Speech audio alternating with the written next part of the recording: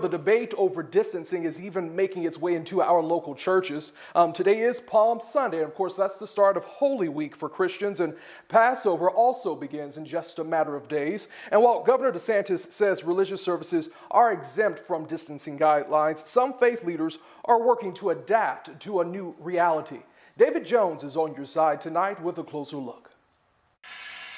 Hey, well, this may very well be the best way of doing church right now. I mean, I can follow along with the readings and the music here. I can even listen to the sermon on my phone. It's just one way that churches are adapting to the new normal. It really is similar in terms of what we do with communion. Pastor George Johnson makes it a point to stand out front and wave after drive-in worship. It's a different way of doing things at Shepherd of the Woods on the south side, carefully handing out communion when you drive in, preaching from a makeshift pulpit, a creative way of worshiping face to face, maybe in this case, bumper to bumper. Meanwhile, in St. Augustine, Anchor Faith Church held an in-person service for the holiday. The congregation filling up the parking lot and filing into the building for a typical service.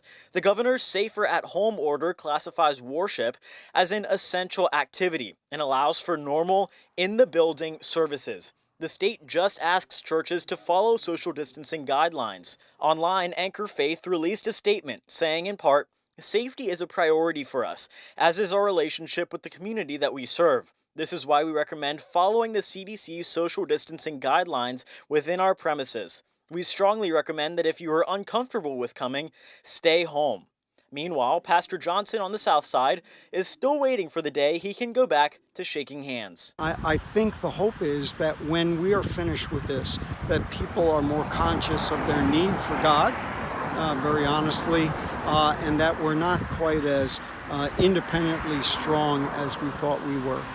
And Shepherd of the Woods plans to continue doing these drive-up church services until they can get their congregation back inside the building for services safely. We're in Jacksonville. David Jones, First Coast News, on your side.